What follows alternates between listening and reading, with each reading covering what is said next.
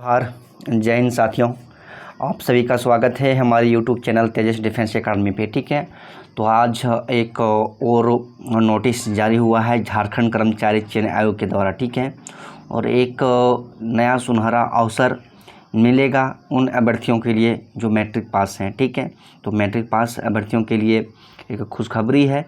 झारखंड कर्मचारी चयन आयोग के द्वारा एक वैकेंसी का नोटिस ठीक है, विज्ञापन जारी हुआ है। ठीक है, आइए देखते हैं कौन सा विज्ञापन है। ठीक है, आइए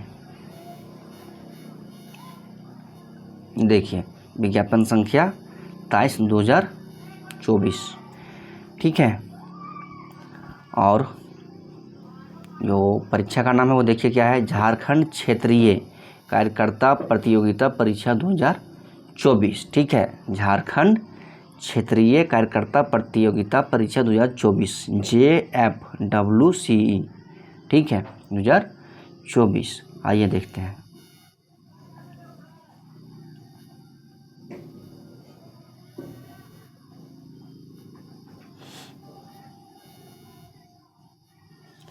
देखिए, कार्मिक प्रशासनिक सुधार तथा राजभाषा विभाग, झारखंड सरकार के पत्रांक संख्या 2260/24। ठीक है, दिनांक 6/10/2023 एवं पत्र संख्या 3361 दिनांक 14/5/2024 द्वारा स्वास्थ्य चिकित्सा शिक्षा एवं परिवार कल्याण विभाग झारखंड राज्य अंतर्गत क्षेत्रीय कार्यकर्ता पद की संसूचित कुल 510 रिक्तियों के विरुद्ध नियुक्ति के लिए भारत के नागरिकों से विहित प्रपत्र में झारखंड क्षेत्रीय कार्यकर्ता प्रतियोगिता परीक्षा 2024 के लिए ऑनलाइन आवेदन आमंत्रित किए जाते हैं। ठीक है, अभ्यर्थी विवरणिका की विभिन्न कनिकाओं में विविध शैक्षणिक योग्यता तथा निर्धारित आयु सीमा के अंतर्गत आवेदन दे सकते हैं। ठीक है, ऑनलाइन आवेदन आयोग की वेबसाइट www.jcd.nic.in पर लॉगिन कर आप जो है समर्पित किया जा सकता है। ठीक है, देखिए, ये जो वैकेंसी आया है वो कौन सा विभाग से आया है, स्वास्थ्य चिकित्सा शिक्षा एवं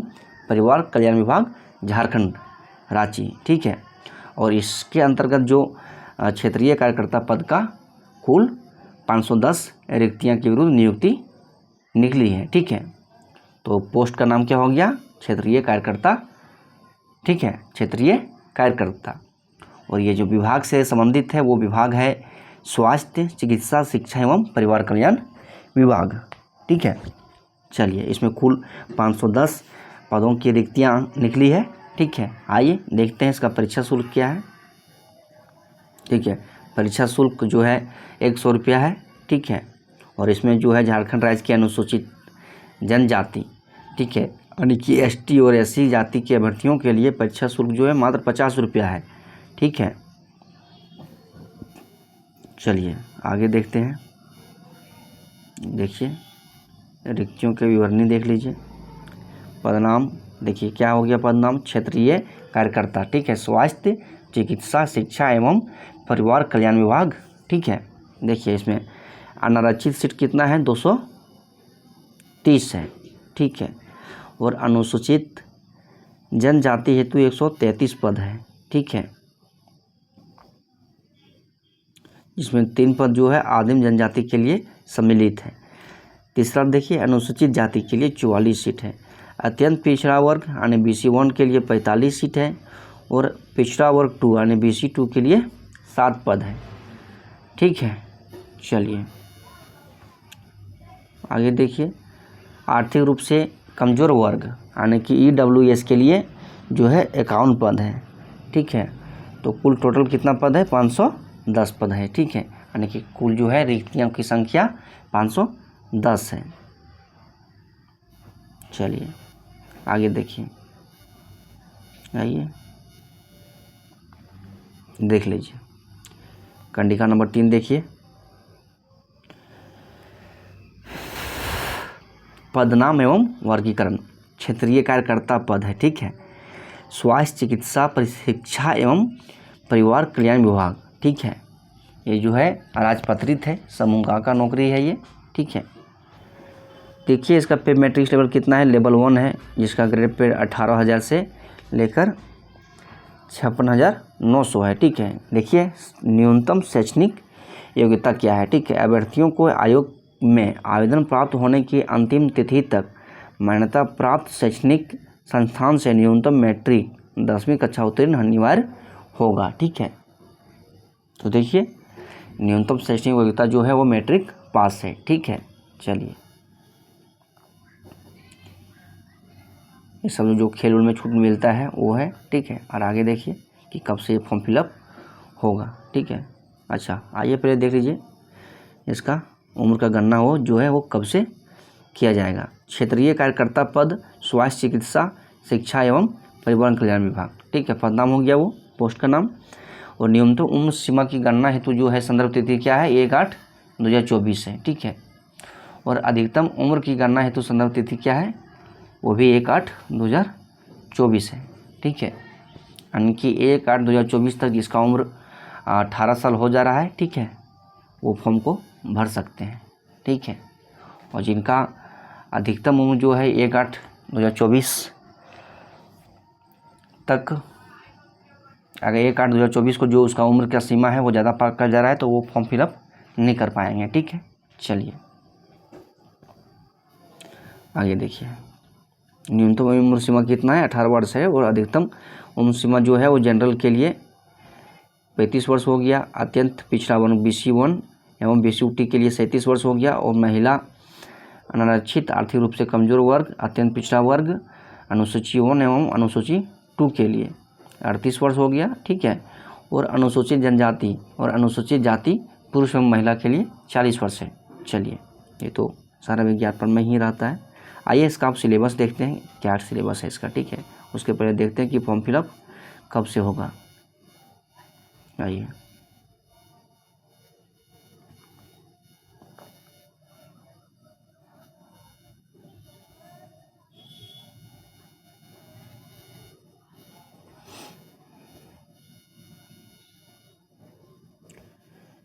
देखिए ऑनलाइन आवेदन पत्र को भरना एवं समर्पित करना यानी कि सबमिट करना। ठीक है, ये जो है आवेदन पत्र भरने के लिए सर्वप्रथम आयोग की वेबसाइट www.jssc.nic.in पर जाएं एवं ऑनलाइन एप्लीकेशन फॉर JFWC 2024 को क्लिक कर तत्पश्चात अपनी रजिस्ट्रेशन करें। ठीक है, चलिए ये कब से रजिस्ट्रेशन होगा देखते हैं, नीचे डेट दिया होगा। ठीक है,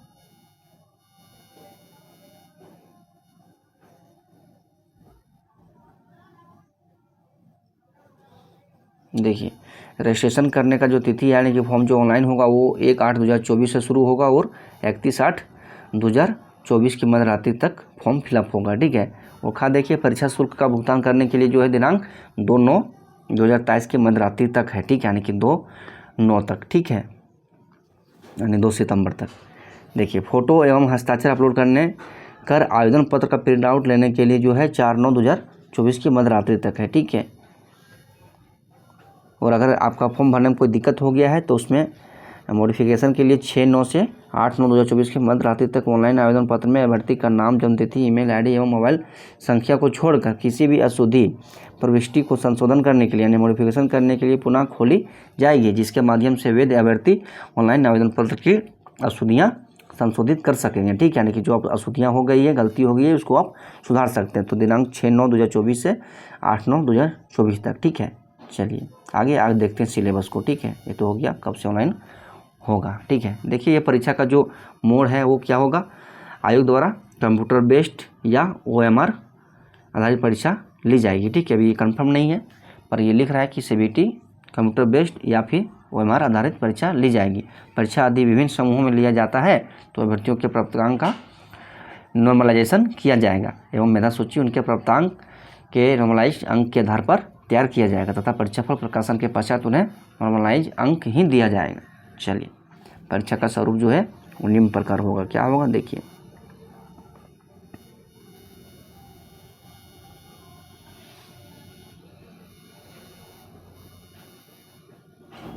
देखिए परीक्षा का स्वरूप, परीक्षा एक चरण, ठीक है, यानी कि मुख्य परीक्षा में ली जाएंगी। ठीक है, यानी कि एक ही एग्जाम होगा और मेन एग्जाम होगा। ठीक है, मुख्य परीक्षा होगा।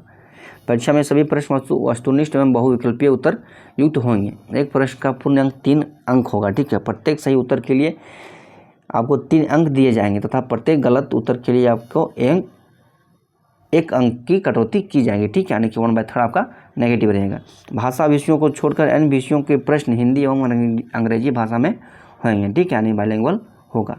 चलिए मुख्य परीक्षा का जो है देखिए, मुख्य परीक्षा के लिए 3 पेपर होंगे, यानी 3 पत्र होंगे। यह परीक्षा 3 पालियों में ली जाएगी, ठीक है, यानी कि यह पेपर जो एग्ज़ाम होगा इसका वो 3 शिफ्ट में होगा, ठीक है। प्रत्येक पत्र के लिए परीक्षा की अवधि जो है 2 घंटा है, ठीक है, यानी कि आपको एक पेपर के लिए 2 घंटा का समय दिया जाएगा।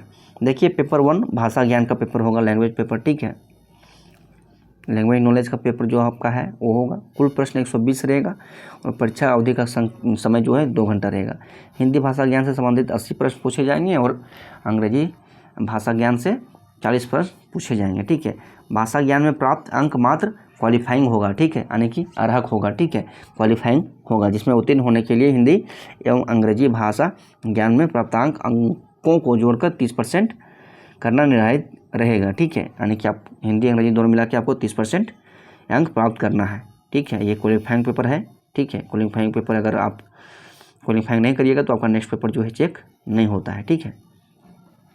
पेपर 2 में हो गया जनजातीय भाषा, क्षेत्रीय भाषा, ठीक है, जिसमें हिंदी, अंग्रेजी, संस्कृत, उर्दू, संताली, बंगाली, मुनारी, हो, खड़िया, कुड़ू, खोरठा, नागपुरी, पंचपरगनिया, उड़िया में से किसी एक भाषा परीक्षा का आपको विकल्प के आधार पर अभ्यर्थी दे सकेंगे, ठीक है। इस परीक्षा में संबंधित भाषा के 100 प्रश्न बहुविकल्पीय पूछे जाएंगे, ठीक है। पत्र 2 में जो है पेपर 2 में 30% न्यूनतम अंक प्राप्त करना अनिवार्य होगा, ठीक है।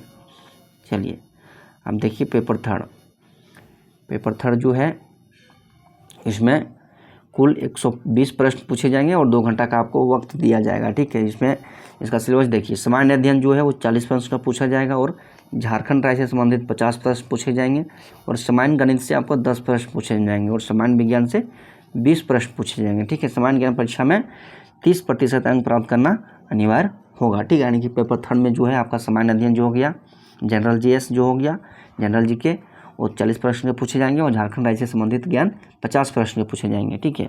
और सामान्य मैथ जो है वो 10 प्रश्न और सामान्य विज्ञान से 20 प्रश्न। तो आपका ये हो गया सिलेबस। चलिए देखते हैं सिलेबस में क्या क्या पढ़ना है आपको। चलिए वीडियो लंबा हो जा रहा है, ठीक है, आइए एक ही वीडियो में सब अब देख लीजिए, सिलेबस देख लीजिए। हिंदी भाषा ज्ञान में जो है आपका क्या क्या पूछा जाएगा, देखिए भाषा ज्ञान में, हिंदी भाषा ज्ञान में जो है हिंदी अनुच्छेद पर आधारित प्रश्न जो है हिंदी अनुच्छेद पेशेज पर 20 प्रश्न रहेंगे, ठीक है। हिंदी व्याकरण पर आधारित 60 प्रश्न रहेंगे, ठीक है, यानी कि पेपर 1 में जो है आपका हिंदी अनुच्छेद से 20 प्रश्न और हिंदी व्याकरण से 60 प्रश्न पूछे जाएंगे, ठीक है। इस विषय में हिंदी अपठित अनुच्छेद यानी कि अनसीन पेशेज तथा हिंदी व्याकरण पर आधारित प्रश्न रहेंगे। चलिए और अंग्रेजी भाषा में क्या रहेगा, अंग्रेजी अनुच्छेद पर आधारित 20 प्रश्न रहेंगे और अंग्रेजी व्याकरण पर आधारित 20 प्रश्न रहेंगे, ठीक है। चलिए ये हो गया पेपर 1। आइए आप पेपर 2 का देख लीजिए, ठीक है। अगर कोई हिंदी रखेंगे तो उसका syllabus same as NCERT 10th based है, ठीक है। वही काव्यखंड पढ़ना है, उधर तुम होती अति बड़े भागी, ठीक है, और गद्यखंड पढ़ना है, नेताजी का चश्मा का कहानी, ठीक है, यानी कि कृतिका क्षितिज भाग 2 और कृतिका आपको पढ़ना है। चलिए ये सारा सिलेबस हो गया। आइए पेपर 3 को देख लेते हैं, ठीक है। ये तो लैंग्वेज पेपर हो गया, आप जो रखिएगा वो सिलेबस आप फाइल से PDF फाइल से देख लीजिएगा। चलिए पेपर 3 का सिलेबस देखिए। आइए